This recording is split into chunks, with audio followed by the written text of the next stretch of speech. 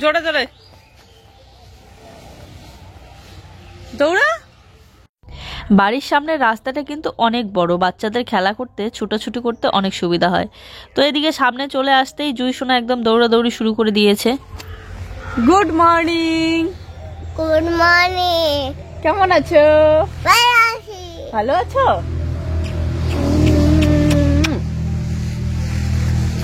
Good morning everyone, welcome back to our new video. আশা করি সবাই ভালো আছো, সুস্থ আছো। আমরা ভালো আছি। যে বড় বড় সর্দি লেগে গিয়েছে, তো এই যে পিঠা খাওয়ার দিন একটু ঠান্ডা লেগে গিয়েছিল, তাই সর্দি লেগে গিয়েছে। আর ইদানিং আমাদের বাড়ির সামনের পাকা রাস্তাটা দিয়ে যে এত পরিমাণে গাড়ি চলাচল করে না, রাস্তা দিয়ে একটু হাঁটাচলা করবা, ট্রাক গাড়িগুলো এতটা সাইড দিয়ে নিয়ে যায়, একদম পায়ের সাথে লাগালাগি করে নিয়ে যায়, এতটা কাছ দিয়ে নিয়ে যায়।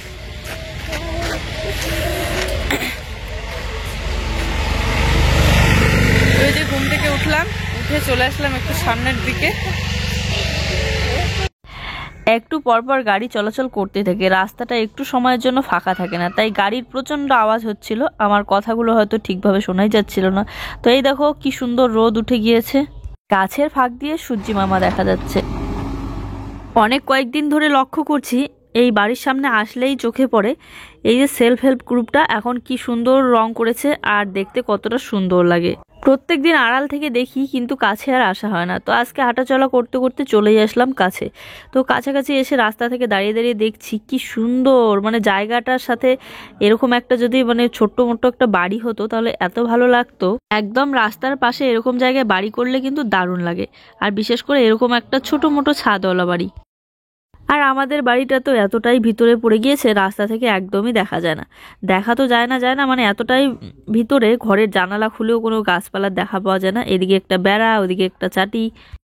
যাই হোক, এই আর কি। তো চলে আসলাম বাড়িতে এসে এই যে লেগে পড়লাম কাজকর্মে। সবার প্রথমে তো গ্যাসের টেবিল মুছে একটু পরিষ্কার করে নিচ্ছি। কালকে রাত্রিবেলা মটরশুঁটি, তারপরে গাজর এগুলো দিয়ে মাছের ঝোল করেছিলাম। তো মটরশুঁটির খোসাগুলো এই প্লেন শিটটার মধ্যে আছে, এখানেই রেখে দিয়েছিলাম। মানে রাত্রিবেলা আর ঝাড়া মোছা করে রাখি না, ভালো লাগে না আর কি। কারণ এমনিতেই জুইকে খাওয়াইতে ঠাওয়াইতে আমরা খেতে টেতে অনেকটা রাত হয়, তখন একটু শুয়ে শুয়ে রেস্ট করতে ইচ্ছে করে, তাই প্রত্যেকদিন সকালবেলা উঠেই এগুলো করে নিই। তো কালকে তোমাদেরকে বললাম না যে বালু পাথর সব নিয়ে আসা হয়ে গিয়েছে, শুধু সিমেন্টটা কালকে নিয়ে আসবে, এসে ঘরের কাজ শুরু করে দেওয়া হবে। তো আজকে এই যে ঘরের কাজ শুরু করবে বলে মিস্ত্রি চলে এসেছে, আর ঘরের মাপ নিচ্ছে আর কি। সেদিন মাপ নিয়েছিল, কিন্তু আজকে আবার একদম মানে খুঁটি বসানো হবে, তো ভালোভাবে মাপ যোগ নিয়ে তারপরে খুঁটিটা বসাবে। মিস্ত্রিদের একটা মাপ থাকে, কোথা থেকে কোন জায়গায় খুঁটি করবে, সুতা লাগানো হয়, তারপরে গিয়ে খুঁটিটা বসানো হয়।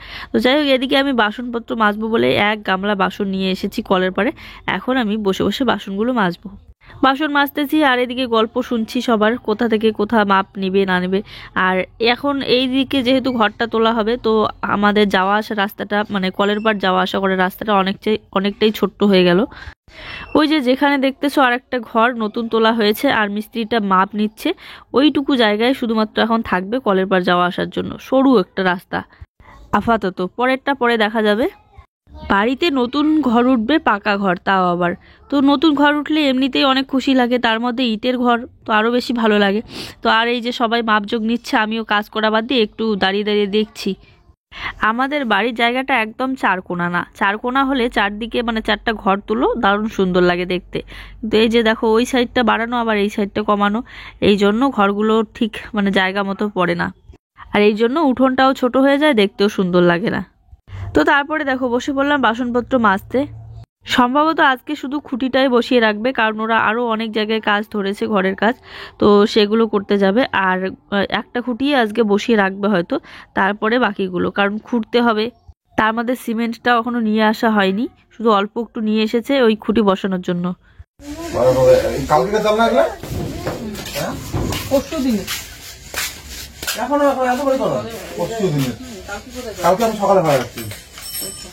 সকালকার তারপরে তুমি ভরা নেই, এক বোতল ভরা যাচ্ছিলাম।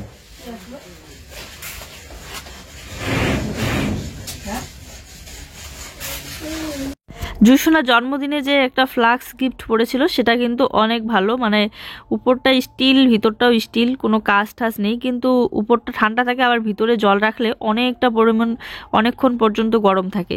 নাচের ক্লাসে যাওয়ার সময় ওকে ওই ফ্লাক্সের মধ্যেই জল ভরে দিই, তাহলে জলটা একটু হালকা হালকা গরম থাকে। আর হচ্ছে বাড়িতেও এই সন্ধ্যাবেলা করে ভরিয়ে রাখি, কারণ রাত্রিবেলা তো এত রাতে উঠে আর জল টল গরম করতে ইচ্ছে করে না, মাঝে মধ্যে ও জল পিপাসা পেয়ে যায়। সকালবেলা কিন্তু একবার এগুলো মোছা কোচা হয়ে গিয়েছে, আর সকালবেলা এমনিতে একটু মুছে নিয়েছিলাম, এখন এই যে সার্ফের জল গুলিয়ে ভালো করে মুছে নিচ্ছি। তাহলে কি হয়, রান্নার সময় প্লেন শিটের মধ্যে যে হলুদ হলুদ দাগ পড়ে যায় সেগুলো কিন্তু সার্ফের জল দিলে একদম তাড়াতাড়ি উঠে যায়।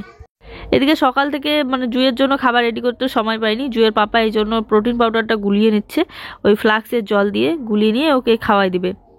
তো এই যে এখন ঘরটা একটু ঝাড়ু দিয়ে পরিষ্কার করে নেব, আর এই জামা কাপড়গুলো অর্ধেকগুলোই ভিজা, তো এর জন্য আর ভাঁজ করে গুছিয়ে রাখা হচ্ছে না। আর আমাদের তো বারান্দার অবস্থা দেখতেই পাচ্ছ, মাটি কাটা হয়নি এখনো, তাই উঁচু নিচু অনেকটা জায়গা দেখতে লাগে। আর তার মধ্যে এই যে ইঁদুরের গর্ত ঠর্ত, এগুলো তো আর কয়েকদিন পরে এই ঘরটা যখন ভাঙা হবে তখন সব এগুলো মাটি কেটে টেটে ঠিক করব। এই ঘরের মাটিটাই এখান থেকে একটু করে বারান্দায় দিলে পরে ঠিক হয়ে যাবে। তো তারপরে এই তো সবার শেষে লাগলাম বিছানা গোছাতে। আর আজকে হচ্ছে বৃহস্পতিবার, আজকে আবার জুসোনা নাচের ক্লাস আছে, তো স্কুল আবার বন্ধ দিয়েছে, কারণ স্কুলে কিছু কাজ চলছে সেই জন্য বন্ধ দিয়েছে। তো এখন জুই খেলছে, ওর জন্য ডালিয়াটা বানায় ওকে খাওয়াই দিব, আর তারপরে ভাত রান্না করব, করে ঠোরে ওকে খাওয়াই দিয়ে দিয়ে পাঠাবো নাচের ক্লাসে। আজকের আবহাওয়াটা কিন্তু রোদ আছে ঠিকই, কিন্তু বেশি একটা রোদ নেই, কেমন যেন আকাশটা ড্যাম ড্যাম, একটু পরেই রোদটা চলে যায় আর স্যাঁতস্যাঁতে হয়ে যায়। এরকম রোদ আবার ভালো লাগে না। এরকম রোদ থাকলে কি হয়, সোয়েটার যদি খুলো তাহলে ঠান্ডা লেগে যায়, আবার সোয়েটার যদি পরে থাকো তাহলে কিন্তু গরম লেগে যায়। তবু আমার মনে হয় আগের তুলনায় এবারে ঠান্ডাটা একটু কম, দিন দিন কমতেছে। যেমন দেখো আগের বার জানুয়ারি মাসের শুরুতে কি পরিমাণে ঠান্ডা ছিল, কিন্তু এবছর কিন্তু এই যে জানুয়ারি মাসে প্রায় অর্ধেক দিনই চলে গেল, কিন্তু ঠান্ডা কিন্তু বেশি একটা সেরকম পড়ে না, শুধু ওই রাত্রিবেলাটাই একটু বেশি ঠান্ডা পড়ে। ওরে বাবা, এক এক করে এগুলো ভাঁজ করতে করতে অনেকটা সময় লেগে গেল। এখন এই যে বিছানাটা একটু টান টান করে তোষকের ভিতরে ঢুকিয়ে ঢুকিয়ে ভালো করে ঝেড়ে রেখে দিচ্ছি।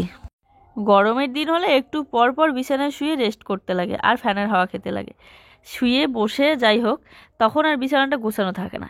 কিন্তু ঠান্ডার দিন ওই বাইরে বাইরেই বেশি রোদে থাকা হয় বসে বসে, তাই আর বিছানা বেশি প্রয়োজন পড়ে না, তাই গোছানোই থাকে সব সময়। তো যাই হোক, এদিকে মিস্ত্রি কাজ শুরু করে দিয়েছে, এই যে মাটি খুঁড়ছে খুঁটি বসাবে বলে। এখনো বেশি বেলা হয়নি, এখন বাজে হচ্ছে 10টার মতো বাজে। কাজ করতে করতে এদিকে অনেকটাই দেরি হয়ে গেল, এখনো আমাদের চা খাওয়া হয়নি। তো এদিকে চা, লাল চা, আর ওকে বললাম যে একটু মুড়ি মাখা করে নাও, তো ধনে পাতা পেঁয়াজ লঙ্কা দিয়ে মুড়ি মাখা করে নিয়েছে। ঠান্ডার দিনে রোদে বসে চা খেতেই বেশি ভালো লাগে, তো এখানে নিয়ে আসলাম আর রোদে বসে বসে দুজনে মিলে খাচ্ছি।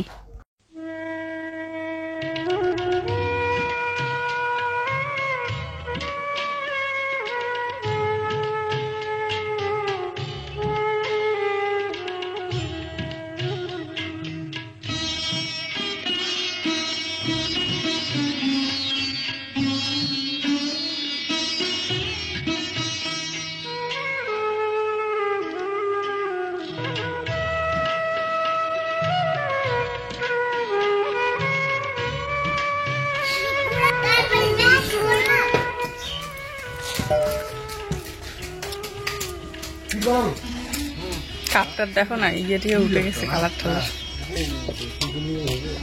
না বাবা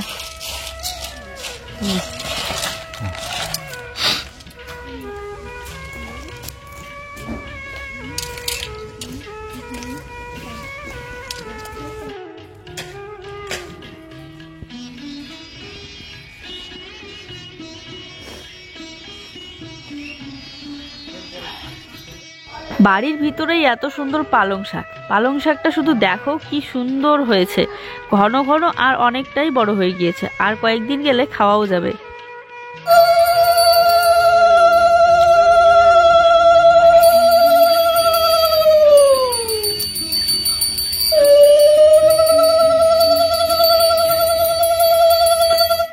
মোটামুটি অনেকগুলো দিন হয়ে গেল, এতদিন ধরে তোমরা শুনে আসতেছো যে আমাদের নতুন ঘর হবে, তো এই যে আজকে ফাইনালি নতুন ঘরের জন্য খুঁটি বসানো হচ্ছে।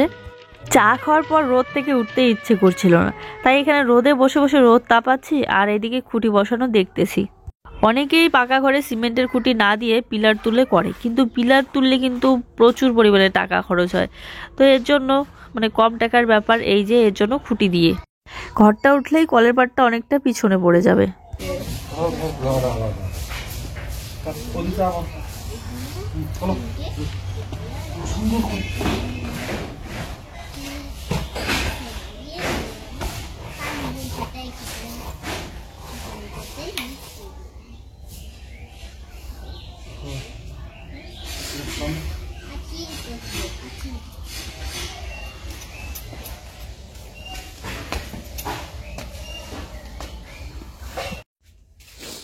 দেখো আজকে কালারফুল ডালিয়া। আজকে কাণ্ড দেখো, জুঁয়ের ডালিয়াটা দেখে আমার প্রচণ্ড হাসি পাচ্ছিল। আমি তো এরকম কালারের ডালিয়া খেতেই পারবো না, একদমই ভালো লাগে না, কিন্তু জুঁইকে খাওয়াই দেখি ও খাবে কি না।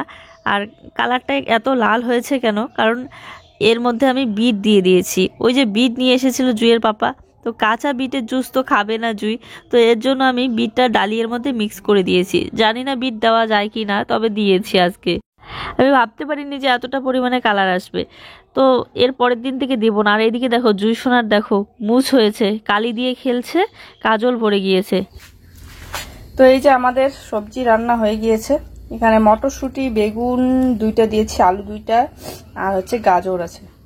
মটরশুঁটি একটু বেশি আছে তার মধ্যে, আর ধনেপাতা দিয়ে এই যে একটা সবজি ঘন্ট। ভাত রান্না হয়ে গিয়েছে। জুঁইয়ের জন্য এখানে গরম জল করছি, করে ওকে পড়ে।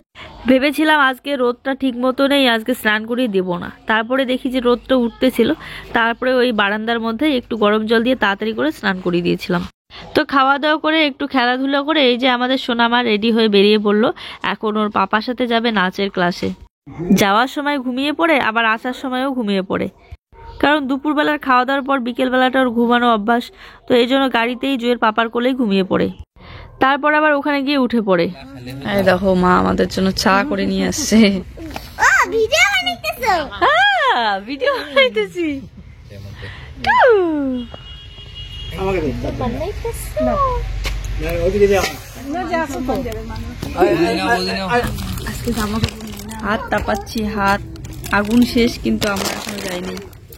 তো জেঠিমা চা বানিয়েছে আর এখানে হাত তাপাচ্ছিলাম অনেকক্ষণ ধরেই। জুঁই সোনাও তো নেই বাড়িতে, তো একা একা ভালো লাগছিল না, বিকেলবেলায় এসেছি। এখন চা খেতে খেতে এইদিকে জুঁই আর জুঁইয়ের পাপাও এসেছে। চলো আজকের ভিডিওটা এই পর্যন্তই। Good night.